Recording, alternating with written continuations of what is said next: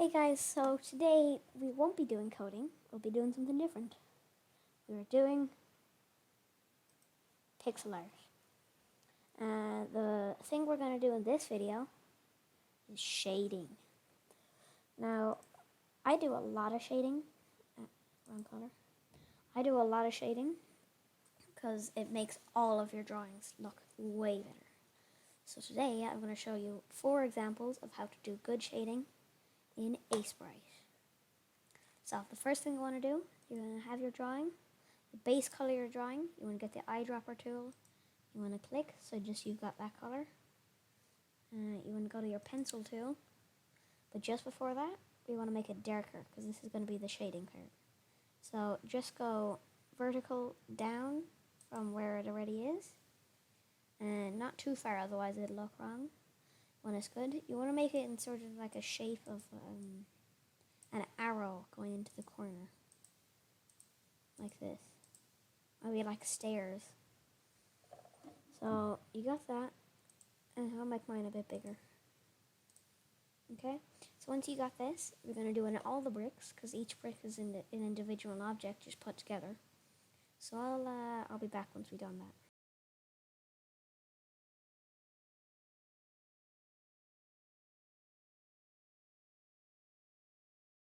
So once you've done that, now we're going to work on the reflection. So we've got our shadow, and now you're going to get a reflection. So yet again, get your base color, eyedropper tool, pencil, and this time we're going to make it brighter. You should be able to make it a bit higher. If not, just move it over to the left, but not too far, otherwise it looks just really wrong. Oh, and with your shadow, make sure it's at the bottom left, and with your reflection, make sure it's at the top right. Well, depending on where the light is coming from. So I got this here. Is this too bright? No, I think that's fine. So you want to go like that. Make sure it's following along the edges. And I'll be back once we got all of those done.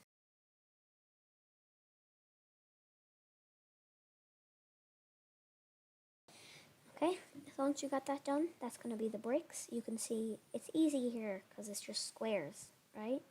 But what if it's something different than a square? What about a circle? So I'm just going to show you a couple more examples. First one is, well, curved objects, putting shadow on it.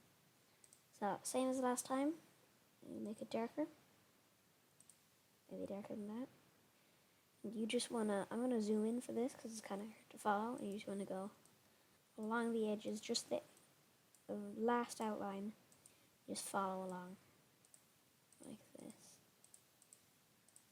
So then once you got that, that would be fine, but we want a thick outline, because this is a curved ball.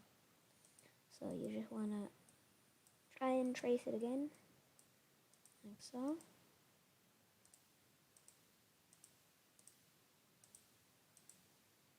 Okay, so I think that's good, and now we're going to do the reflection, just the same way we did it on the bricks.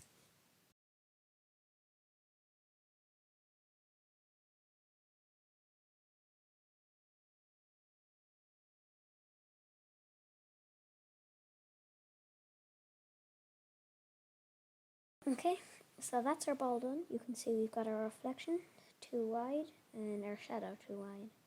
Now, if you wanted to have a bit more of a rounded look, I'm going to leave it for now, but you can make the reflection thinner or wider depending on how shiny it would be.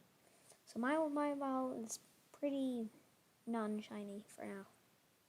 But on to the next one. The next example is a ball, but there's something blocking it with a different color. So you get your eyedropper tool, just as normal, pencil tool. Now we're just going to do the same thing we did on the ball, but there's a box in the way.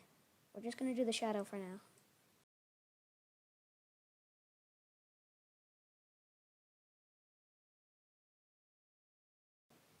Okay, so we've got that there, and now it wouldn't look right if we just put orange down here.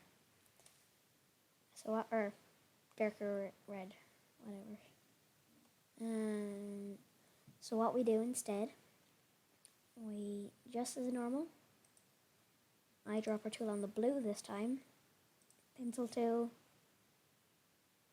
make this darker. So now we can continue on right here, because the shadow would continue like that. So then reflections basically the same, but for now I'm just going to make it, since this one isn't going the whole way to the top, that's fine.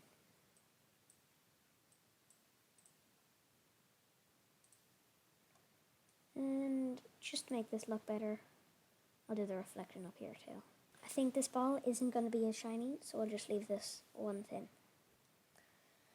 And using all we've learned now, I've just got this hammer here, and I'm just going to quickly go through everything we've done in this one picture. So this one we've got obstructions, curves, everything we learned. So, actually, just for the sake of this tutorial, I'm gonna make this wider. Now that that's done, we'll get right into it. Now I'm gonna fast forward a bit and then I'll explain everything at the end.